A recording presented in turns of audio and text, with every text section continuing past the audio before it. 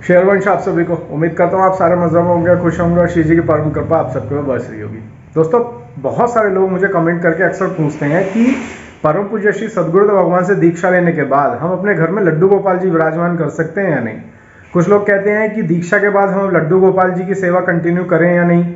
कुछ लोग कहते हैं कि हमें बेसिकली लड्डू गोपाल जी से रिलेटेड सिद्धांत समझ नहीं आ रहा, हम दीक्षा के नियमों पर चल रहे हैं, आश्रम में जाना रेगुलर हो नहीं पा रहा है, 2-2 3-3 महीने में जा रहे हैं और जब वहां पर जाने का समय होता है तो दिमाग से निकल जाते हैं कि कौन कौन से क्वेश्चन हमें पूछने थे।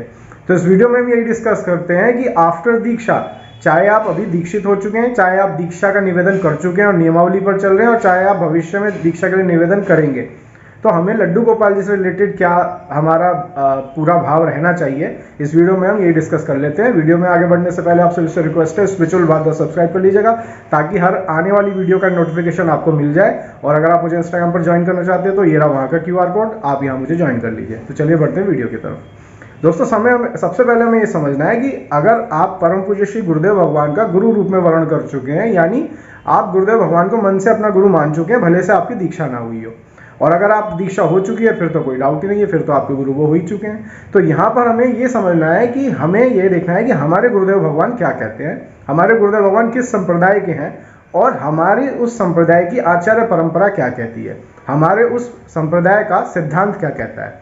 तो राधा वल्लभ संप्रदाय का जो सिद्धांत है, उपासना सिद्धांत है, वो है निकुंज की उपासना। निकुंज यानी जहाँ प्रियालाल विराजमान है, राधा कृष्ण विराजमान है अपने सहचरियों साथ, और चौथा कोई भी वहाँ विराजमान नहीं है। निकुंज यानी प्रिया प्रीतम और सहचरियां।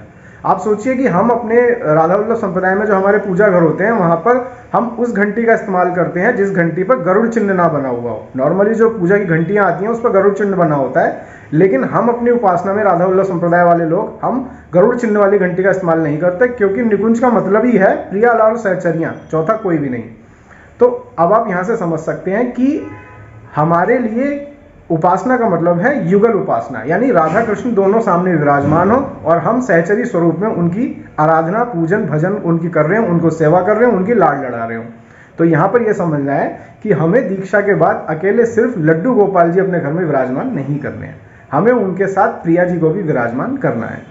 तो हम सिर्फ युगल की ही उपासना करेंगे, ये आप बिल्कुल कंफर्म समझिए। अब ठीक है, बहुत सारे लोग कहेंगे कि भाई हमारे घर में तो पहले से लड्डू गोपाल जी हैं तो हम क्या करें। तो डेफिनेटली अब लड्डू गोपाल जी को आप घर से बाहर तो नहीं कर देंगे, अब हमारे भगवान है वो। तो अब जिनके घर में पहले से ही लड्डू गोपाल जी हैं वो डेफिनेटली सेवा कर लें, लेकिन अपने घर पे प्रियालाल जरूर विराजमान करें, साथ में आप लड्डू गोपाल जी की भी सेवा करते रहें। चाहे आप छवि रूप में ही प्रिया प्रीतम विराजमान कर लें, तो आप ये चीज़ बिल्कुल समझ लीजिए कि दीक्षा के बाद आपको युगल उपासना ही करनी है, राधा कृष्ण की ही उपासना करनी है। और लड्डू गोपाल जी अगर पहले से आपके घर में है तो आप उनकी भी सेवा कर सकते हैं कंटिन्यू। लेकिन अगर आप दीक्षित होने के बाद अकेले सिर्फ लड्डू गोपाल जी ला रहे हैं तो ये कोई औचित्य नहीं है। आपको अगर घर में विराजमान करने हैं तो युगल स्वरूप में विराजमान करिए। इसका एक सॉल्यूशन ये भी है कि जिनके पास पहले से ठाकुर जी हैं घर के अंदर, तो वो एक नई बाल स्वरूप में श्री जी भी ला सकते हैं। तो इस तरीके से आपके घर में युगल उपासना हो जाएगी। तो उम्मीद करूंगा ये डाउट लोगों के मन का क्लियर हो गया होगा। बहुत सारे लोग कमेंट कर रहे थे इस विषय पर। जल्दी मिलूंगा आपसे एक नई वीडियो पर, नए कंटेंट पर। अपना ख्याल रखिए, मुस्कुराते रहिए, शेयर कीजिए।